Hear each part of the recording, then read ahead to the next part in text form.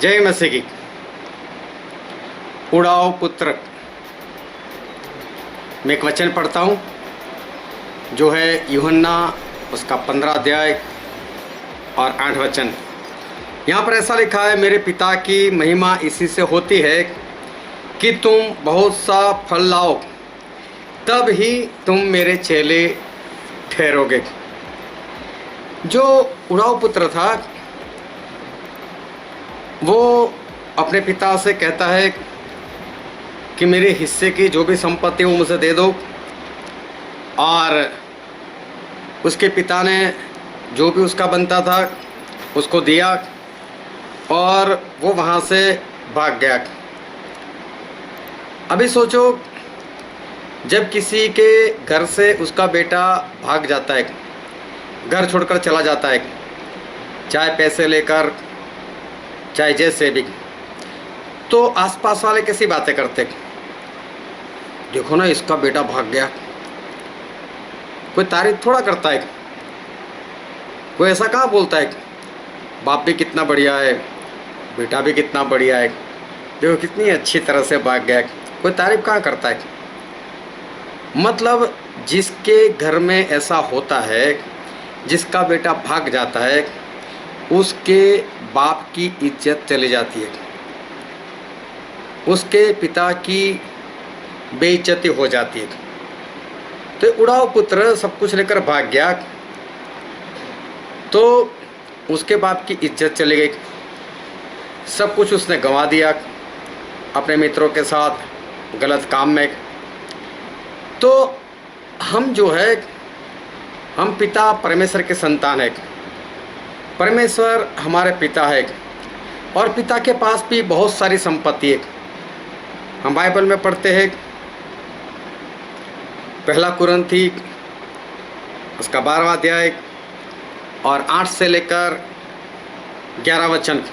क्योंकि एक को आत्मा के द्वारा बुद्धि की बातें दी जाती है और दूसरे को उसी आत्मा के अनुसार ज्ञान की बातें, और किसी को उसी आत्मा से विश्वास और किसी को उसी आत्मा से चंगा करने का वरदान दिया जाता है। फिर किसी को सामर्थ्य के काम करने की शक्ति, और किसी को भविष्यवाणी की, और किसी को आत्माओं की परख, और किसी को अनेक प्रकार की भाषा, और किसी को भाषाओं का अर्थ बताना। ये सारे वरदान जो है वो पवित्र आत्मा के हैं। विश्वासी लोग मांगते हैं, परमेश्वर उनको ये सारे वरदान दे देते हैं। एक वचन और मैं पढ़ना चाहता हूँ जो है गलातिया में उसका 5वां अध्याय उसका 22 और 23 वचन। पर पवित्र आत्मा का फल प्रेम, आनंद, मेल, धीरज, कृपा, भलाई, विश्वास, नम्रता और संयम है। ये सारे पवित्र आत्मा के फल है। तो पवित्र आत्मा के वरदान और पवित्र आत्मा के जो फल है वही हमारे परमेश्वर की संपत्ति है, वही हमारे परमेश्वर का धन है। और कई लोग जो है इस धन को प्राप्त करते हैं, पवित्र आत्मा प्राप्त करते हैं, वरदानों को प्राप्त करते हैं, लेकिन उसके बाद कुछ भी नहीं करते। जैसे अपनी शोभा बढ़ाते हैं, जैसे मंडली में जोरों जोरों से अन्य भाषा बोलकर ये बताना चाहता है कि मेरे पास परमेश्वर का दिया हुआ वरदान है।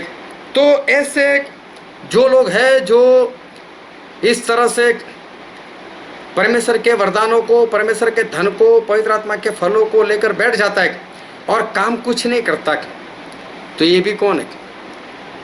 ये भी तो उड़ाऊ पुत्र है। क्या इस तरह से जो काम नहीं करते, क्या उसके पिता को महिमा मिलेगी या उसके पिता की इज्जत जाएगी?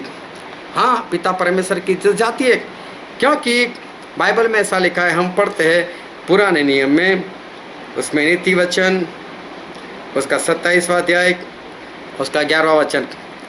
यहाँ पर ऐसा लिखा है, हे मेरे पुत्र बुद्धिमान होकर मेरा मन आनंदित कर, तब मैं अपने निंदा करने वाले को उत्तर दे सकूंगा।